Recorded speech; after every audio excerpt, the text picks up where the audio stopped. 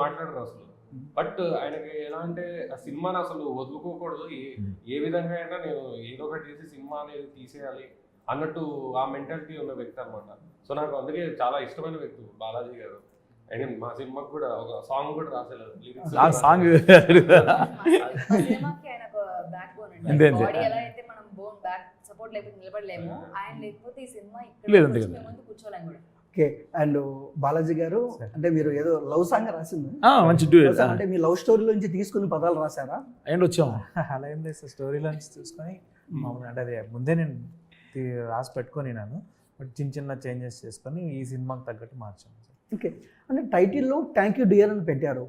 So love story అనుకుంటారు ఎవరైనా, ఈ టైటిల్ చూస్తే లుక్స్ వైజ్గా అదే అనుకుంటారు, కానీ టీజర్లో చూసినప్పటికీ క్రైమ్ కనిపిస్తుంది, పోలీసు వాళ్ళు కనపడుతున్నారు, ఒక క్యూట్ లవ్ స్టోరీ కూడా కనపడుతుంది. ఏంటి ఈ సీక్వెన్స్ అసలు? అంటే బేసిక్గా పాయింట్ అయితే జస్ట్ అంటే అవతల పర్సన్కి రెస్పెక్ట్ ఏ విధంగా ఇస్తామనేదే ఉంటుంది. దీంట్లో ఈ స్టార్టింగ్ నుంచి ఎండింగ్ వరకు తీసుకుంటూ పోతే మధ్యలో ఒక 2-3 ఎలిమెంట్స్ వస్తాయి.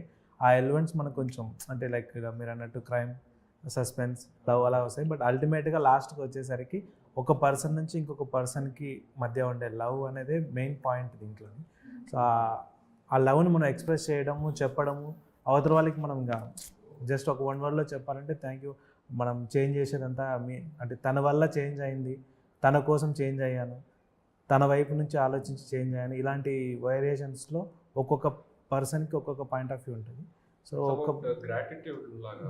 Complete అలాగా. understanding. సో ఈ మూవీలో ఉన్న ప్రతి క్యారెక్టరు ఏదో ఒక పాయింట్లో వాళ్ళ అపోజిషన్ వాళ్ళ దగ్గర నుంచి సమ్ చేంజ్ అంటే లైక్ మంచిగా అవ్వడము, లేకపోతే వాళ్ళని అండర్స్టాండింగ్ చేసుకోవడం, ఇలాంటివి జరుగుతుంటాయి.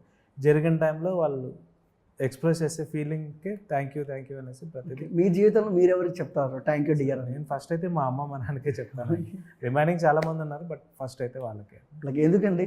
అంటే ఎందుకని అడగకూడదు, కానీ ఏదో స్పెషల్ థింగ్ ఉంటుంది కదా వాళ్ళని. స్పెషల్ థింగ్ అంటే ఏం లేదండి, అంటే బేసిక్గా పూర్ ఫ్యామిలీ, వ్యవసాయం చేసుకుంటుండేవాళ్ళు నాన్న వాళ్ళు.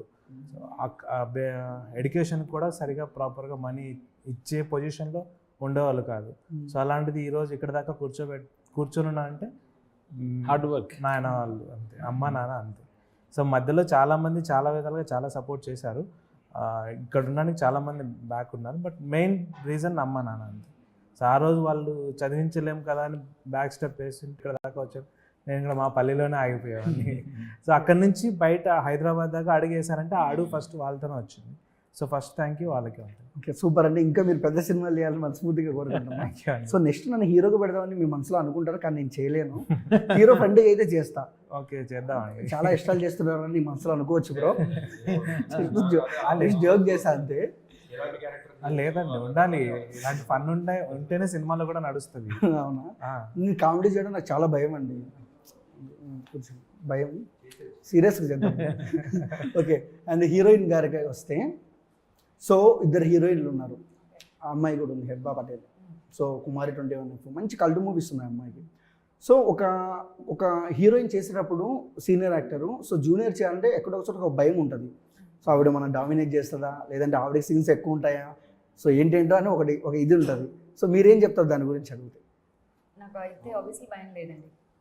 భయం కాదు, అక్కడ తన క్యారెక్టర్, నేను Janu some Priya whatever it is, అక్కడ క్యారెక్టర్ చూస్తాను నేను. ఇప్పుడు అక్కడ అలా అయితే నేను జాన్వీ గారితో కూడా చేశాను. అమ్మ జాన్వీ కపూర్ బాలీవుడ్ పెద్ద యాక్టర్ అని అనుకుంటే ఆ రోజు అక్కడ కూర్చొని చేయలేను. అక్కడ ఓన్లీ తంగా అంతే, అది తెలుసు. అలానే నా ముందు ఏ ఆర్టిస్ట్ చేసినా నాకు ఆర్టిస్టే కనబడతారు. ఆఫ్ కట్ అదే ఏదైనా అవ్వచ్చు, బట్ ఆన్ లొకేషన్లో మాత్రం నేను అదే చూస్తాను, అదే ఫస్ట్ వెళ్ళగానే అదే అనుకుంటాను. ఓకే, ఈరోజు ఎంతమంది పెద్ద ఆర్టిస్ట్ నాకు ఆర్టిస్ట్. దేవరలో చేశారుగా, అవునండి. ఎలా అనిపించింది జాన్వీ కపూర్, ఎన్టీఆర్ యొక్క వైబ్ ఎన్టీఆర్ గారు అంటే ఆన్ లొకేషన్లో అంటే ఇంకా వేరే లెవెల్ ఇంకా. సో అన్న ధనుష్ అన్న, ఇక్కడ చూడన్న look to my to eye, మీరు శ్రీహరి ఫ్యామిలీ అని నాకు చాలా ఇష్టం పర్సనల్గా. అయినా మగధీరలో షేర్ఖాన్ 100 మంది, అసలు ఆ డైలాగ్ అసలు ఇంకా ఉంది, ఎందుకంటే నాకు చదవం కాబట్టి. సో ఒక డైలాగ్ ఏదైనా మన ప్రేక్షకుల కోసం ఏదో ఒకటి చిన్న డైలాగ్. పర్లేదన్నా, ట్రోల్స్ డిలీట్ చేద్దాం కావాలని, ఏదో ఒక చిన్న డైలాగ్ చెప్పండి, ఏదో ఒకటి చెప్పండి. చెప్పండి, మగధీర డైలాగ్ చెప్పేసి. మగధీర ఒక్కొక్కరిని యాక్షన్ చెప్పాలా? చెప్పేసి. చరణ్ డైలాగ్ చెప్పా మీరు శ్రీహరి గారి డైలాగ్. అంటే అది ఆయన డైలాగ్స్ మాడ్యులేషన్ లో చెప్తే బాగుంటుంది. అన్న నీ వాయిస్తో చెప్పాను చాలు. నేను చెప్తే బాగుంది. ఒకసారి ట్రై చేస్తాను. ట్రై చేయండి. భైరవ కమ్ముకుంటున్న ఈ కారమబ్బులు నువ్వు మింగేశాయని వెర్రవేగుతున్నాయా. నువ్వు ఉదయించే సూర్యుడు అని వాటికి తెలియదు. కానీ ఈరోజు అస్తమించుగాక. కానీ ఏదో ఒక రోజు ఓడిపోయిన నీ ప్రేమను గెలిపించుకోవడానికి ఈ చీకటి కలుపును చీల్చుకుంటూ మళ్ళీ పుడతావురా భైరవా. బాగా సూపర్ ట్రై చేస్తాను, చాలా బాగా చెప్పారు. ఓకే సార్, డైరెక్టర్ గారు ఫస్ట్ ఆఫ్ ఆల్ ఏంటంటే 30 రోజులు షూటింగ్ చేస్తారు. 30 రోజులు షూటింగ్ చేస్తారు, 3 థియేటర్లో రిలీజ్ అవుతుంది, 3 రోజులు కూడా సినిమా ఆడకుంది. సో ఎందుకంటే జనాలు నమ్ముకున్నారు సినిమాలని. సో ఏముంటుంది రా తలనొప్పి అని. మిమ్మల్ని జనాలు ఎందుకు నమ్మాలి?